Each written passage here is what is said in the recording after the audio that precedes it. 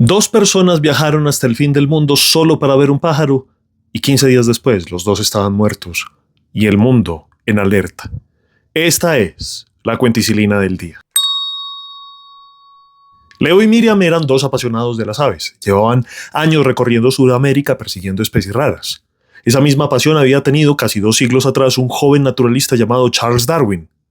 Darwin llegó a estas tierras en un barco que se llamaba Beagle, como los perros sabuesos, y como un sabueso recorrió Sudamérica recolectando pájaros con una curiosidad obsesiva.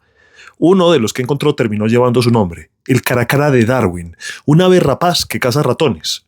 Casi 200 años después, Leo y Miriam también llegaron en un barco hasta Ushuaia, siguiendo esa misma curiosidad.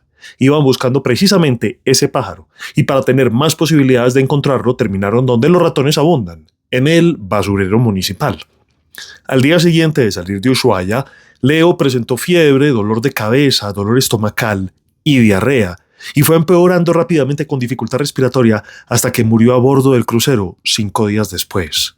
En ese momento, la causa de la muerte no estaba clara.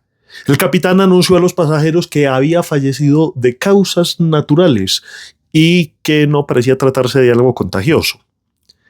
15 días después, Miriam también falleció en un hospital de Sudáfrica, y días más tarde, una tercera pasajera, una mujer alemana que había tenido contacto cercano con la pareja, también murió a bordo del crucero. En total, 3 personas han fallecido. Lo que pasó no era una enfermedad nueva, era una enfermedad muy antigua, casi olvidada. En 1951, durante la Guerra de Corea, los médicos militares estadounidenses empezaron a ver algo que no lograban entender. Los soldados llegaban con fiebre muy alta, sangraban por la piel y por la boca, y sus riñones dejaban de trabajar. Intentaban todo lo que sabían, antibióticos, sueros, transfusiones, pero nada funcionaba.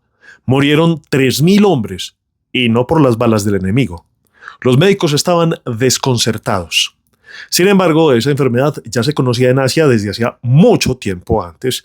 Los rusos incluso le habían puesto un nombre, Polevaya Mishinaya Lihoradka, que significa fiebre de los ratones de campo. Describían una enfermedad que aparecía sobre todo en primavera y otoño y que afectaba principalmente a personas que vivían o trabajaban en contacto cercano con tierra y con los ratones. Y ahí estaba la clave. Los casos en Corea se concentraban en los soldados que dormían en trincheras o directamente en el suelo, especialmente durante la primavera y el otoño.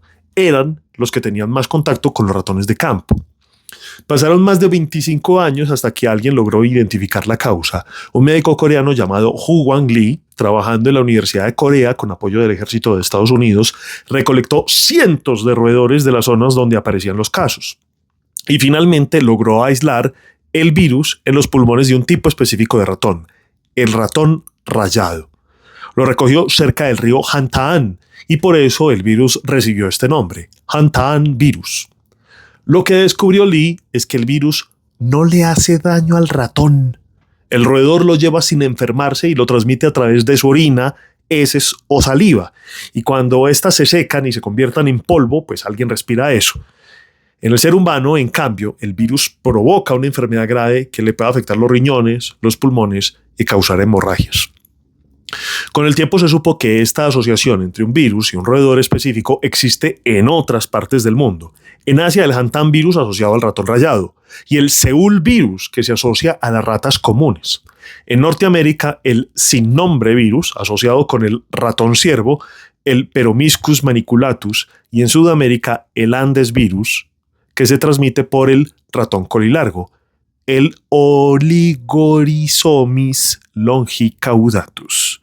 La mayoría de estos virus seguía una misma regla. Se transmitían del roedor al ser humano, pero había uno que se comportaba de manera diferente. Y es aquí donde se conecta la historia. Fue precisamente con este virus, el Andes virus, transmitido por este roedor, el colilargo, y en este lugar, un basurero de Ushuaia, donde ellos dos entraron en contacto. A diferencia de la mayoría de los hantavirus, el Andes virus tiene una característica que cambia todo. Puede transmitirse de persona a persona. Por eso primero enfermó Leo, luego aparecieron más casos entre quienes estuvieron cerca de él. Y días después también falleció la mujer alemana que había tenido contacto con la pareja. Pero la cadena no terminó ahí. En total, Otras 11 personas resultaron infectadas y hoy están en diferentes partes del mundo bajo estricto seguimiento médico. Lo que empezó como una búsqueda de un pájaro raro en un basurero de Ushuaia terminó revelando hilos que se extienden mucho más atrás en el tiempo y más lejos en el espacio. Charles Darwin recorriendo Sudamérica hace casi 2 siglos, los soldados estadounidenses en las trincheras de Corea en 1951, los médicos rusos que ya le habían puesto nombre en la enfermedad, y Leo y Miriam casi 200 años después de Darwin, siguiendo esa misma curiosidad por un pájaro, hasta terminar en un basurero donde algo invisible los estaba esperando. A veces salimos a buscar una cosa y terminamos encontrando otra que ni siquiera sabíamos que existía en un punto donde se cruzan las historias. Esta fue la Cuenticilina del día.